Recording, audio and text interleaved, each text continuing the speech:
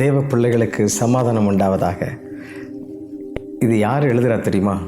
ஒவ்வொரு முறையும் அப்போஸ்தலனாகிய பவுல் தன்னுடைய கடிதத்தை எழுதும்போதே இந்த வார்த்தையை சொல்லி தான் துவக்குகிறார். நம்முடைய பிதாவாகிய தேவனாலும் கர்த்தராகிய இயேசு கிறிஸ்துவினாலும் உங்களுக்கு கிருபையும் சமாதானம் உண்டாவதாக. அப்படி அப்போஸ்தலனாகிய பவுல் கொரிந்தியருக்கு எழுதின 2ஆம் நிருபத்தில் 2ஆம் வசனத்தில் இதை சொல்கிறார். இது அங்கே மாத்திரம் இல்லை, கலாத்தியர் 1:3, பிலிப்பியர் 1:2, இப்படி எல்லா புத்தகங்கள்லேயும் அந்த முதல் பேசேஜில் அவர் என்ன சொல்கிறாருன்னா, உங்களுக்கு கிருபையும் சமாதானமும் உண்டாவதாக அப்படின்னு சொல்லி வாழ்த்துறார். ஒரு வீட்டுக்குள்ளே நுழையும் போது அப்படி வாழ்த்துறார். ஒரு கடிதத்தை எழுதும் பொழுது, கிறிஸ்துவுக்கு பிரியமானவர்களே உங்களை நான் வாழ்த்துகிறேன் என்று சொல்லி ஆரம்பிக்கிறார். அந்த இதயம் காயப்பட்டிருக்கின்ற இருதயம், நொறுக்கப்பட்டிருக்கின்ற இருதயம், பல சூழல்களை ஃபேஸ் பண்ணி, ஏன்னா அந்த உலகம் பொல்லாங்கனுக்குள் கிடக்கிறதுனால அதை எதிர்த்து ஒவ்வொரு நாளும் ஓடுகிற இருதயம் இல்லையா? குடும்பத்தில் கூட 4 பேர் இருக்காங்கன்னா 4 பேர் 4 விதத்தில் 4 விருப்பத்தில் இருக்கிறாங்க. அதனால் மனைவி சமைக்கிறது சிலருக்கு ஏற்றுக்கொள்ள முடியாது இருக்குது, சிலருக்கு பல சூழ்நிலைகளை ஒத்துக்கொள்ள முடியலை, அப்படிலாம் இருக்குது. அந்த நாட்கள் அப்படி கிடையாது. ஒரு வீட்டில் ஒரு வேளை ஆகாரம் இருப்பதே பெரிய காரியம். ஒரு 30-50 வருஷத்திற்கு முன்னால் யோசித்து பார்த்தால், இன்றைக்கும் பல பிரதேசங்களில் நம்ம வழி நடத்துகிற பல பணித்தளங்களில், ஃபீல்டில், ஜார்க்கண்டில், இப்படி பல இடங்களை பார்க்கும்போது ஒரு நேர உணவு அவங்களுக்கு கிடைப்பதே ஒரு பெரிய அபூர்வமான விஷயம்.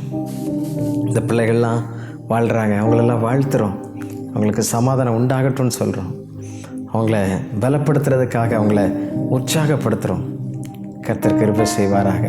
அதனால் நம்ம ஒவ்வொருவரையும் வாழ்த்துவோம், ஒவ்வொருவரையும் உற்சாகப்படுத்துவோம். ஒவ்வொரு குடும்பத்தை நீங்கள் சந்திக்கும் பொழுது சபையில் உங்களுக்கு பிரியமான பிள்ளைகளை மாத்திரம் இல்லை, எல்லாரையும் praise the lord brother, God bless you சொல்லுங்கள். ஆமாம், தேவனுடைய சமாதானம் உங்களுக்கு இருக்கட்டும்னு சொல்லுங்கள். நிச்சயமாக அந்த ஆசீர்வாதம், அந்த அபிஷேகம் அவங்களையும் பலப்படுத்தும், அந்த காயத்தை ஆற்றும். ஆண்டவருக்கு மகிமை செலுத்துவோமா? என் இதயத்தின் காயத்தை ஆற்றிடும் எந்த இயேசையா. ஆண்டவரை உயர்த்தி பாடி நாம் துதித்து ஜெபித்து நிறைவு செய்வோமா? இன்றைக்கி ஒரு புது காரியம் கற்றுக்கிறோம். என்னது? எல்லாரையும் நம்ம வாழ்த்துறது. Praise the lord brother, God bless you brother. ஆமாம், அப்படி சொல்லி எல்லாரையும் உற்சாகப்படுத்துவோம்.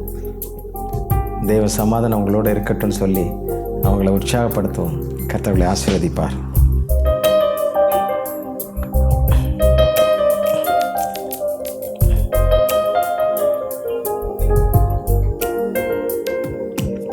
இதயத்தின் காயத்தை ஆற்றிடும் எந்தன் இயேசையா. என் இதயத்தின் காயத்தை ஆற்றிடும் எந்தன் இயேசையா. கரை காணா படகை போல தடுமாறும் வாழ்க்கையா. கரை காணாம் படகை போல தடுமாறும் வாழ்க்கையா. என் இதயத்தின் காயத்தை ஆற்றிடும் எந்தன் இயேசையா. என் இதயத்தின் காயத்தை ஆற்றிடும் எந்தன் இயேசையா. ஆண்டவருடைய கிருபையும் சமாதானமும் உங்கள் ஒவ்வொருவரோடு கூட எப்பொழுதும் தங்கியிருப்பதாக. ஜெபிக்கலாமா? சகல விதமான ஆறுதலின் தேவனே, நன்மைகளின் தேவனே, சமாதானத்தின் தேவனே, அப்பா, ஒவ்வொரு பிள்ளைகளை நாங்கள் வாழ்த்துகிறோம். ஒவ்வொருவரை நேசிக்க உதவி செய்யும். அப்போஸ்தலனாகிய பவுல் எவ்வளவாய் அன்பு கூர்ந்து நேசித்து ஒரு முன்மாதிரியாய் செய்து வைத்திருக்கிறதை பார்க்கிறோம். நாங்களும் இந்த பூமியில் இருக்கிற நாட்களில் ஒவ்வொரு பிள்ளைகளையும் வாழ்த்த, ஆசீர்வதிக்க, நேசிக்க ஆண்டவர் உதவி செய்வீராக. அப்படிப்பட்ட கிருபை உண்டாவதாகப்பா, அப்படிப்பட்ட பலன் உண்டாவதாக. நேசிக்க முடியாமல், பிறர் ஏற்றுக்கொள்ள முடியாமல் மன சஞ்சலத்தோடு இருக்கிற பிள்ளைகளை கர்த்தாவே நீர் பலப்படுத்தும். அந்த இதயத்தை காயத்தை ஆற்றும். ஆண்டவரே, தடுமாறி நிற்கின்ற படகை போல இருக்கின்றவுடைய குழப்பங்களை நீக்கும். கர்த்தர் சமாதானத்தை இந்த பிள்ளைகளுக்கு தாரும். ஆமென், ஆமென். இப்படி செய்கிறதற்காக நன்றி, நன்றி அப்பா. ஒவ்வொரு பிள்ளைகளையும் தொடுகிறதற்காக நன்றி. கர்த்தர் பிரத்யேகமாய் சிலருக்காக நீர் இதை வைத்திருப்பதற்காக நன்றி, நன்றி அப்பா.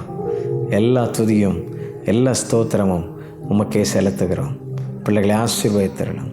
இயேசுவின் நாமத்திலே ஜெபிக்கிறோம், ஜெபங்கேளும் நல்ல பிதாவே. ஆமென், ஆமென்.